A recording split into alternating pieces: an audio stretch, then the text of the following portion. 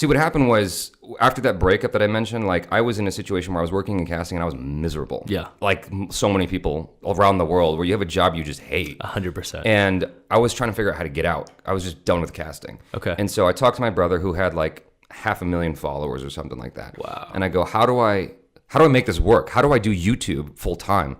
And he goes, well, you want to have at least 100,000 subscribers. I'm like, all right, cool. So my goal was December 2016, I need to have 100,000. And I put my nose to the grindstone. I'm like, every single day I'm shooting. I don't care if I'm losing sleep. I'm going to be doing this all the time.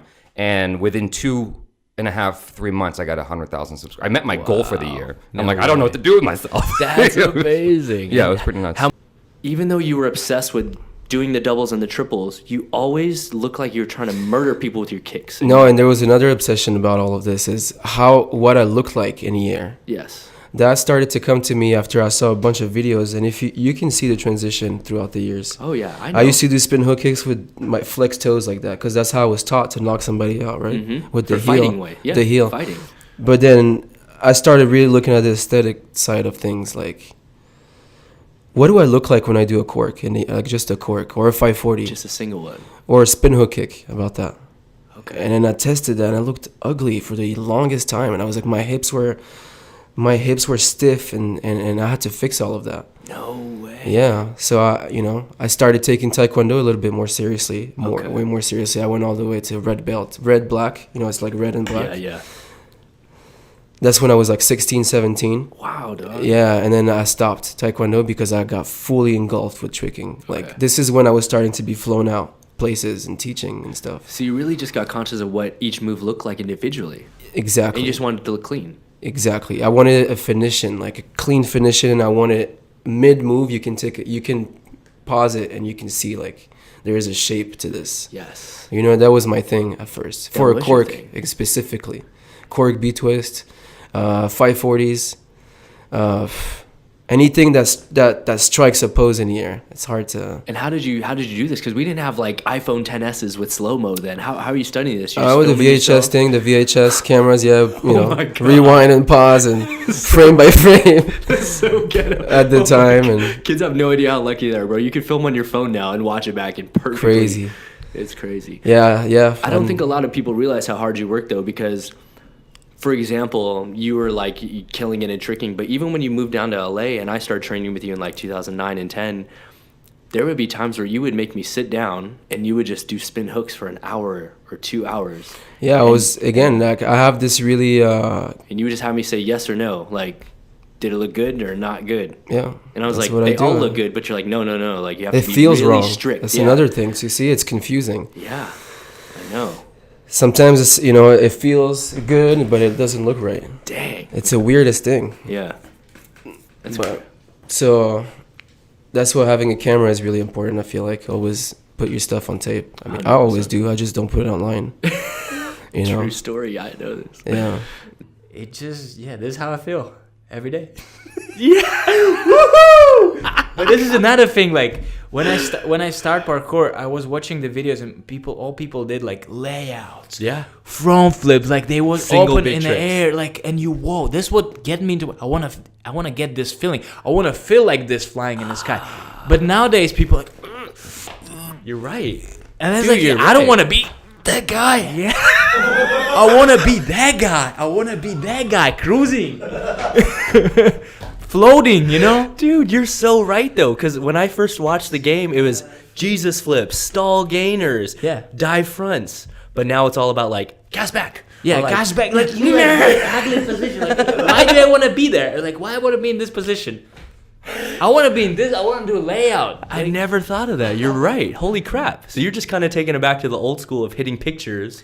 It just like I because I did it for so long, so I feel like I'm an expert.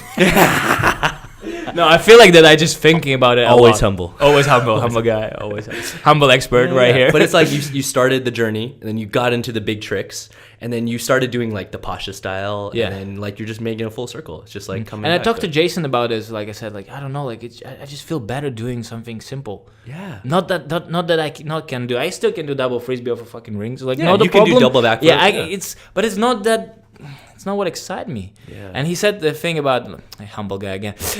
He said the thing about Picasso, because Picasso had a very when he started his drawing career, it was all technical and everything. But at the end, it was just free. Yeah, it was people judged it kind of. And then people was like, "Well," I was like, "Are you just just making fun or what?" He's like, "No, I want to enjoy it." Dang, you just want to enjoy it. You go there and then you understand. I just want to enjoy it. It happened with everyone. It does. You're right.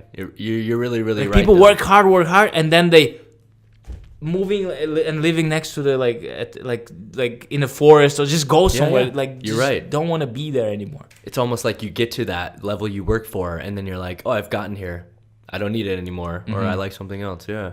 You gotta stay hungry. You gotta And what Charlie Chaplin said, another thing, he said the worst thing can happen to you, you get used to luxury life. That way you tricked. You get lazy. Yeah, you get lazy. Yeah. Oh, that's crazy.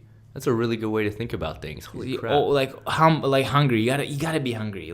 Yeah. Otherwise, if everything and everything is always works for you, everything you do works perfect for you, it's also bad, because first time you will fail. You might never get back. Yeah. And if all you do fail, and you succeed, you'd be like, I'm having it. And never let it go. Yeah, totally. It's one thing that I got to ask you about. How long did it take you to envision doing this? And for those of you that are listening to the audio broadcast right now, what we're looking at is him executing a quad cork. So the moment that Scott beat me to triple, before I even landed triple, I had to be the first to quad, because I was gunning to be the first for triple. And I actually remember landing triple cork before Scott posted his, but I think we messaged him and we all talked about it. He had it timestamped. Truthfully, we timestamped everything out before footage came out, and he did land it before I did, no matter what. But I landed before the footage came out, so I thought that I had it first. Wow. Because of internet at the time wasn't as rapid. But yeah, the moment that he beat me to it, I had to beat everybody else to the next one. So do you remember how long you trained quad cork for, or what the journey was like? This is 2016. I think 2008 was when I landed triple cork. So 8 years. 8 years. 8 years. And doing a bunch of quads on the trampolines and learning how to do cart quad on the ground and eating a lot of crap. Is that the move you're most proud of landing? Or is for sure. That was the one that took the absolute most work to get. The trip is one of my favorite feelings. But cartwheel trip, swing through triple cork. I literally just went to an open gym with Tommy Teagues when we were living together. We were chilling. It was not about to be a hype session at all. We were just chilling. We just took our pre-workout and getting ready to get into the session, and I did cart trip. Swing trip. And I was just going to do cart trip, and I landed really well, so I did swing cork, and it was super high. So I was like, wow. Did you see that, Tommy? And he was like, yeah, dude, you should just go for it. So I just went for it, and first try, I landed You one-shot a trip. Yeah. First try. And so that one, I guess, it was really hype, and I was really surprised, but the work that behind the quad cork is what makes it the more, I don't know, what I'm more appreciative of. Have you done quad cork any other times? No. I've tried it, and I've gotten super close, and I will do it again. But okay. I'm just curious. I was getting a lot better at quads and gearing up to land it before my injury, and then the injury just flushed everything, and now I'm gearing back up to do it better. Hell yeah. Dude, and I want multiple setups. I think this is a question the community would want to know. Do you have dreams or ever think of landing quint cork? He hasn't thought about that yet, but he thinks that quint full, he could do it. Wow. What? That's crazy. If you understood what he was talking about, that's crazy. Okay. That's crazy. All right. I got to get back on track now. That's crazy. All right. Wow. What the heck, Connor? Okay. So, do you feel pressure from the community to land new stuff since you're always putting out new Instagram clips, or do you train for yourself right now? He doesn't feel any pressure. He just has fun. Wow. That's cool. Because we got to talk about it. How did you start figuring out swing throughs?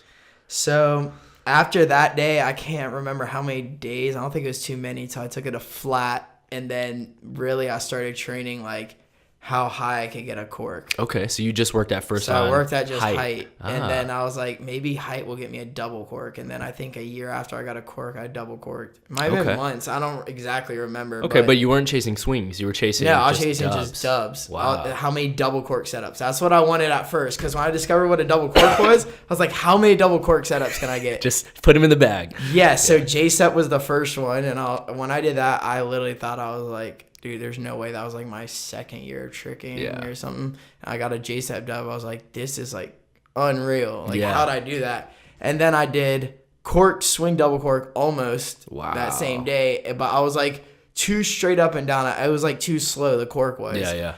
But it was high, which was like, and the secret to like how I started doing was I did corks with ankle weights. No way. So, like, I'd only do single corks with just ankle weights. Like, 10 pounds, 5 pounds. On both ankles or just on your swing leg? Both. Ah. Yeah. And so then when you take them off, you're light. I was literally swinging, doing the highest corks. That's what I did to train J-Step dub. How long I would you do work? like 5 to 10 corks with the ankle weights on. And then I'd take them off, and then I'd go for the J-Step dub, and that's how I landed it. No Because when I went for it, I felt extra swing, extra height. That's crazy. It works. Ankle weights work. Yeah. Just saying. They work for sure. That's crazy. And then as far as swing chains go, did you land like one swing first, and you're like, oh, this is fun? I think it was like around that same period of time when I learned a J-Step dub. Who was it? Alex Hunter. Mm-hmm. He came to ACX. Random. So random. Super random. Yeah, and he was like getting me to try to do as many corks as I can, and then I think that day I set my I had 2 the day before he got there, like cork. That was my first time doing it. I was like, I don't know how I did it, and I wasn't thinking like, oh, I want to do as many as I can. And then I hit 3 when he came, like 3 corks. Okay. I barely landed that, and I was like, dude, no way. Like, I was freaking out. I was like, how did I just do 3 corks? It wasn't like too hard, but it wasn't like super easy either. Yeah. And I think when I got to 3 to 4 swings, and like each next day I was gaining a swing, like up to like 6. And then that's when I really kind of stopped. And I was like, dang, dude, I did 6 swings. I was like, it'd be sick to do 10, just hit double digits. Yep. And then I don't remember exactly when I hit 10, but I did 10. Probably the year after. So that was like 4 years into tricking. Wow. And did you do anything specific for this training, or were you just repping them, just trying to Literally, just swing through? Every day I would just do corks, no matter if it was 1, 2, 3, 4, 5, doesn't matter. I was just doing them everywhere, not just at the gym. I'd do it outside the parking lot, grocery store. Trying to swing through, or just single corks?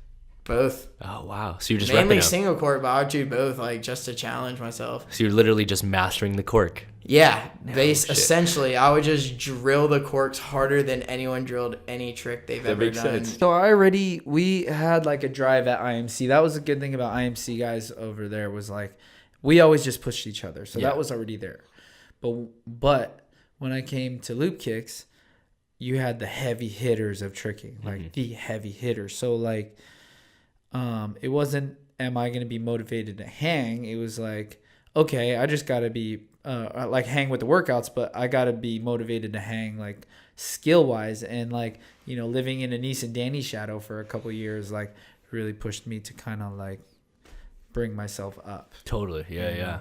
And you know, the most, like one of the most memorable things was like Anise saying to me, I was like, how are you so good? You know, I would say things like that. I'd be like, what are you doing? Like, I'd be trying to get the secrets, what's the tip? You know? Yeah. And he's like, boo. He's like, you see that floor? It's like, when we pull up in the parking lot, I'm the first one on the floor and I'm the last one off. I was like, wow. Okay. So he challenge inspired accepted. that in you. Yeah. Holy challenge crap. accepted. Wow. Yeah, so that was just one of the things that I remember in East. And then there's like all these other trickers that have like little tidbits that I always just like. That's pretty crazy to me though, because as long as I've known you, you've been the dude that's the first to get there and the last one to leave. And we always joke about it. When you trick with Jeremy, you can tell why he's so good, because it's about most reps wins. Like we'll be in a line and you may finish a combo, and instead of waiting in line, someone else will go, you'll just go again. Like you don't always wait, but you're just getting the most reps in always. Yeah, I didn't come to pussyfoot.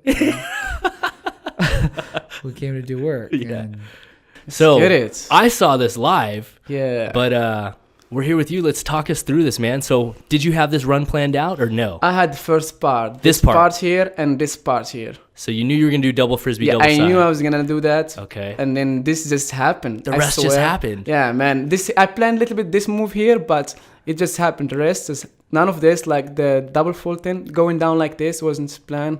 This one here was it just happened. You just felt the flow. Yeah, but this is the most favorite part for me. This part here after the two After steps. the invert side. This lazy, Lazy. bro. Yo.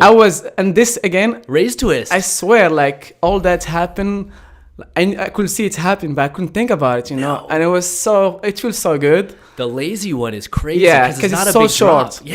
No, and I didn't try it or anything. Like Yeah. I didn't try none of that. You didn't prep it in practice. No. That was the fun part. But my body could knew I've done this move before, so like You this just is the knew I time. could do it. Like, I could do it. If I practiced before, I should use it now. And Wow, let's watch this on playback one more time. So the only part that you actually planned is the first tic tac yes, part right here. this to double and Tic tac. so this is double 10 whatever. Double. And do you consider that a frisbee? What do you call that? My idea when I was Doubles. learning it, I was trying to do backflip sideways. Ah, So that's so what I like was double thinking. side But people backflip. they call it whatever they Yeah. call it. I always had to ask I you. don't know what was it. It was fun. It's so crazy, man. It was fun move. I almost didn't commit, but I'm glad I did. And so, in comparison to your first run, was your first run more planned out? Yes. Wow. Yeah. So you planned the first run, and then the Yeah. run that counts in the finals, Yeah. you didn't plan. Yeah. Like I prepared this move though. The double now flip. all those moves like I've been training. I got Of those course. moves, you know, and I was like, yo, it's time to improvise and use those stuff. Like Yeah. But you bring up an important point, which is you're not doing anything new. No, Like, you're not yeah, going to do no. something you've never tried. Yes. It's just new in that environment. that's also something like people have to know about competition. I don't have that much experience in competition, but it's actually smart. Like, do what you feel like 100% you got. Like, you just have to believe it's gonna get you to the win or whatever next round. Like, I started by doing side flip to palm spin my first run. Yeah. I mean, people didn't see that, but for me, it's actually that's it's fun. It's, Like, it's you a know? combo. Yeah. Yeah. And then the 10 with the car, the H2S, that was just mad 10. yeah, that was crazy. You Yeah. did it in a combo, bro. Man.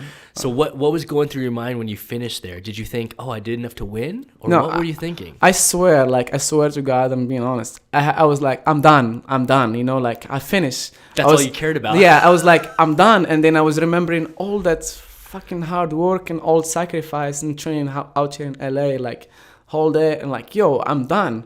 And then, of course, like people were like, oh, score. And then I was waiting for score. And I know I got first place, but I didn't know exactly how much I got. Like, Yeah. so then I was watching the other guys, and I'm like, yo, I don't really care, like, you know. Yeah. You're just happy. Yeah, and then Wow. Yeah. It's cool, man. And I Thank have to you. say this, man. We're not going to play the whole Red Yeah. Bull stream so people go watch it. But Yeah, when for you sure. won, you're probably one of the most excited athletes that we've ever seen sure, win yeah, the championship yeah. before, man. because it's crazy, man. It's not easy. Like I'm telling you, it's not about even winning. It's like the journey I went Yes. through and all that. Like, because when Ed finished his run, I was still sitting down. Yes. While everyone was standing, I was like, why everyone is standing? You know, like I swear to God, like I cannot forget that was competition, and I was also so hyped for him when he was doing his run. I was like, yo, let's go. Yeah. And then I saw everyone standing, and then I stand, and then they say like he was second, and I was like, wait, doing very slow math in my brain, like, Wait, if he's wait, second. if he's second, I won out of motion, like, yo, No. just start way. screaming. It was so nice, yeah. That's so crazy. Do you remember who was down there to celebrate or congratulate you? It was just a blur. Oh yeah, of course I remember. Like I remember people, you know. I remember and all these pictures, but I remember it was Josh from Star filming me. He was first in my face. Black Josh, But shout out. yeah, and then first one I think who got me on his shoulder was Dom. No way. Tom, yeah, and then That's cool. I remember Sasha, Sydney, Silka, all the girls and all the boys, Charlie, like everyone, Ed Scott, everyone was around me, and they were like, Smashing you. and like, you know, everyone was hyped for me, and I was like, yo, like when I'm seeing the pictures and photos right now, I'm like, this is bigger than me, you know, this is bigger than Out of Motion, like 100. it's crazy, yeah. And dude, you were so raw and honest in Yeah. your like winning that I think you're the first one to ever cuss on the Art of Motion Yeah, broadcast. yeah. Whatever. You were so hyped though. I was like, I'm gonna be me, man. I worked my ass off. Like, You know what's funny though is like a long time ago, Eric Mukamechin did Art of Motion London, and he kind of like he like landed and we'd be like, "What's up?" And he kind of like got a bad rap for it because people thought he was being cocky. oh, The way that you did it though, like you won, and then you were just so surprised. I feel like everyone was like, they were genuinely feeling how Yeah. shocked you were. For you know what I'm sure, saying? yeah. And it's just crazy because Eric's a super humble No, guy no, too, no, but it's no. just the way the moment happened. Yeah. You know, they perceived him differently. So. I'm telling you, it was fun. Like when I was training, this might sound cocky, but like I want to win, and I could see myself like in my head, no matter what happened, I will win. Of course, but when I won, I wasn't. I was out. I was so zoned out. Yeah. But right now, thinking about it, I think the reason why I was sitting down because I wasn't thinking about competing or anything, but I also like could see myself no matter what happened. I'm actually, it's gonna happen. It sounds very weird, but I believed so much. I believed crazy too much in myself and God and everything. Shout out to God. Crazy. Yeah, same thing with the whole run, the whole thing. Like I was like, everything gonna work. Don't change No anything. questions. Yeah, like just trust it. Like you put work in, like trust it. That's crazy, man. Yeah. Talk us through what's happening right now. We're supposed to battle. It's a battle. As I talked about, like back in the day, he's Vinny Johnson's old school. I'm old school. Everyone was looking forward to this battle. We're like, who's gonna Yeah, out he's- crazy he's- the other? Yeah, because Vinny brings a certain different type of element to his. Vinny's very creative and very different, very unique, and I'm very creative and very different and very unique. Oh yes. And so it was a great lineup. So you just spit the water out of your mouth? Yeah, How long did you hold that in your mouth for, dog? I don't know. We're both doing some. was in there for like 3 we're both minutes. doing some really pro wrestling type stuff because pro wrestlers keep the towel on their head. Pro swear wrestlers you- spit the water. I swear you had water in your mouth for like 2.5 minutes, B. Yeah. So oh man, it's about to go on. About to go on. I'm really trying to take this cat out. Really. I really thought I was gonna. I really Here thought we I go. had. I really thought I had his number, So right? here, you climb the gymnastics bars, you pound in the chest, boom! Did not roll. What people don't know is he got in my head. Cause me and Vinny, we outside of this, Sam's dying over here. dog. Outside of this, me and Vinny have always been cool. So I went to go shake his hand, like how MMA fighters shake the hand. We're about to battle. He didn't want to shake my hand, dog. Did he turn around or did he do this way? I don't know. He didn't shake my hand. Pause. Sam, go back. Please go back. Bro, Sam, as a parkour athlete, you know what you're supposed to do when you jump from high. You're supposed to roll, right? What lost happens if you don't roll? Hey, I lost my mind when he didn't want to shake my hand, bro. Hey, when he didn't want to shake my hand, I lost my cool. So what happened? You just thought, that's it. Dog, yeah. Okay, you really want to battle, cousin? Like, Yo, go back. There it is. Okay, so we're let's- supposed to shake hands right Yeah, here. yeah, this is the When you get in the cage, you're supposed to slap hands. Like we're about to do Here we go. battle. So you bow? Oh, you went to shake hands. He said no, and he did something. I'm like, okay, you want to be disrespectful, dog? Like, yo, I'm trying to show people. Okay, it's fine. That's fair enough, dog. You want to get live? I'll get live, yo. It's about to get live, cousin. Yo, it was the truth right there, dog. Yo, man. So you climbed all the way to the Dog, top. I'm gonna buckle? get King Kong on you, dog. Oh my God, And because the floor is spring loaded, Of course. dude, it felt like a shot of electricity went up my. Dude, I felt it like God sent a electric bolt up my leg. Right here. Guys, And the impact was so hard that it shot me up, bro. I know, bro. Yo, you feel me holding my back? I know. It feels like a lightning bolt hit my back, dog. Guys, if you guys watch parkour videos and you ask why do they roll when they jump from high, 'Cause of this this. is the reason This is why. why. If you don't roll, I wasn't thinking, dog. He got him. dude, I'm crying. Vinny Johnson got in my head. I'm crying. So livid at that moment when he didn't shake my head. I died. I stopped thinking. Because had you ever climbed up there before and jumped? Nah. I'm telling you, he triggered me so hard when he didn't want to. Yo, honestly, Bro. he beat dying. me. First, he beat me mentally. Then he beat me physically, dog. I haven't been the same since. He beat me physically, mentally, spiritually. The respect to Vinny Johnson. Bro, what's crazy is that here's what's crazy. You are on the ground completely destroyed right now. Like, you've just sustained a level 12 impact on your back. My back is still not the same, dog. And here's what's crazy to me. You get up and you start running. Yeah, that's what I do. Sam, he's going to battle. Dog. Bro, you just took what could have been a career-ending injury for some people. Took a 2-minute break.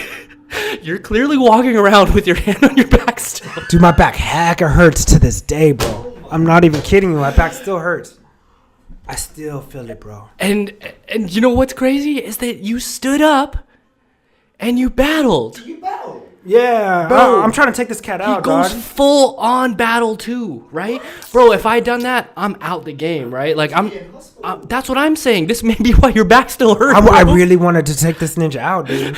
I'm telling you. I mean, I love Vinny. I can call him up right Shout out now. to Vince Johnson, man. I can call him right now, and it's all gravy. But at this time frame, at this moment, What's crazy is you're trying to bounce. We can see you're trying to shake it out. Like, Yeah, you're yeah. clearly not good right now. dog, I'm trying to take this ninja out, bro. Dog, this is my town, bro. You have to know that This is your gathering. This is my town. Like, Vinny's from the East Coast. This is San Jose right there. Like, those are all my people around. It does not look like you just broke your back, bro. Dog. You did the double B twist. Yeah, I had to, man. Your back is destroyed. I'm like, I'm here, dog. Like, So are you in extreme pain right now? You're just trying to get through this? Like, are you? no, I forgot about the pain already. Oh whatever my happened, whatever happened, I forgot about already. No way. So at the end of this night, though, how bad was your back? Oh, dude, after the battle, after the adrenaline, dude, I was. I heard a rumor that part of the reason why you went so crazy in that video was because of Chris Balua and a stolen T-shirt. Yeah. Well, not necessarily one stolen t-shirt. Anyway, the story was I was friends with all the Loop Kick kids, and for those of you who don't know, guys, really quick, Chris Balua was one of the pioneers of tricking as well with Steve. He was one of the first guys doing doubles and crazy variations as well. Yeah, he invented a box cutter. He invented the box cutter. Yeah. Yes, okay. Basically, that's it. That's a big one. It's pretty cool, It's a pretty big move. Yeah, in tricking. exactly. but yeah, they're all from up north, and they came down. Okay. And then we had them stay at my place, and then I don't know what the motivation was, but he got a pillowcase full of my clothes, and I had a custom made shirt that my friend made for me because during that time I had a nickname Dope Turtle. Because Kim Do named me that because of gaming. For StarCraft, it was like that was your instant messenger name. Yeah, my instant messenger I used to name talk to Steve during on that AIM. time. Oh, I'm Dope Turtle. I was LIL Travis, Lil Travis. Oh my god! And the R was an I in the number 2, because it was back in the text phasing, Man, so okay, so did you know he stole your shirts or? Well, I think my mom was telling me, I think they stole stuff from the house. And I was like, no, they wouldn't do that. They're my friends and everything. It's like not trusting. I was like, my feelings were crushed because Chris and all the Loop Kicks people were putting up samplers. And Chris wore my shirt on his sampler. And people were going crazy for his because he was doing a lot of twist moves. Yeah. That were like groundbreaking and people weren't doing often. They were just high level moves. And he's in your shirt. I was like, no, that is it. And then I just went in the lab because that's when he came out with box cutter during that time. Yeah. And I was like, oh, I'm gonna get a box cutter today. And I just went in the gym and then just drilled for 3 hours straight. I was like, nope. Yep, I got it. and then that was my mentality. And I was like, all right, I'm just going to get every move that this guy has. No way. That's what happened. So I was like, all right, I'm working on B2S swings. Yep. I'm doing do all this stuff. Holy crap. And then eventually it came to this tournament in France called NASC. Yep. And it was US versus Europe. And they brought Chris De Vera and Hailey. Oh wow, and- yeah, the old school looking and guys. Balua. And then on message boards, they were like, "Oh my God, did you see what they did?" and all this other stuff. It's like, oh, I think it was box cutter, double B twist, Yes, and on the hard and floor. on the floors, On hard and, floor. and everything. And it's like all those. And I was like, all right, I'm doing every single thing that they did in the sampler. In that one in video. that one video. No way. That's why that video was so crazy. Yeah. And then I was like, all right, I'm gonna do that, and I'm gonna do some extra stuff that they didn't do, and all this other stuff, and trying to variate some more things. And then I went to train in New York at Matt Emmings. We all went up there. It was Will Valentine and Wow. Sterling and Shout out to those guys. and Emmig, and we trained at Emmig's studio floor, and that's what that was. I I'm remember like- the blue floor with the wood background. Yeah, it looked like someone's house. Yeah, yeah. But I that was was the like, school that he was The ceilings training didn't even look that big. I was Yeah. like, how is these guys doing this? at. Yeah. Wow. And luckily enough, I had a camera. And the equipment by then. So, Did you upload that to Bylang, or how did that one go off? yeah, how that New York one came out. I think that was. It might have been the time when I had my website and paid for web space. So yes, I think yes. I put it up on that and then linked it on the message boards, and then I was like, here. No way. Wow. So literally that sampler is spurned on by the stealing of clothes. Yeah, it motivated me. And I've had talks with Balua after this. I was like, man, you really pushed me to this. It's like, yeah, Balua just texted me saying that he was coming back to LA. He's in now. LA, yeah. LA now, and it's like we're cool, and that beef has been squashed, obviously. Dude, but if I didn't have certain motivators as rivals, yes, I wouldn't be where I am today. I think 100%. just because of that motivation for rivalry is probably even stronger than self-drive of being better 100%. for yourself Yeah, or just having fun. It's like oh, if I'm not having fun, you could chill. But if you have something that's like, no, I gotta get this guy. Especially when you're optimistic. I was like, I'm gonna get this today. Yeah. When you're young and you have that fire, and that's what I hope happens with like the next generation. Is like, oh, it's with the competitions. I know like some of the tricking community doesn't like battles, but if you're in that level of competition and you lose, that should be a motivation. Be like, oh, it's like, oh, I could have done that better. It's like, oh, he did this move and I don't have it. Yeah. Let me get that, and that's what really pushed me, and I think Balua too during that time to just do all that stuff. Even if that happens later on, unless there's like some real crazy stuff rivalry, you'll probably come out way better for it.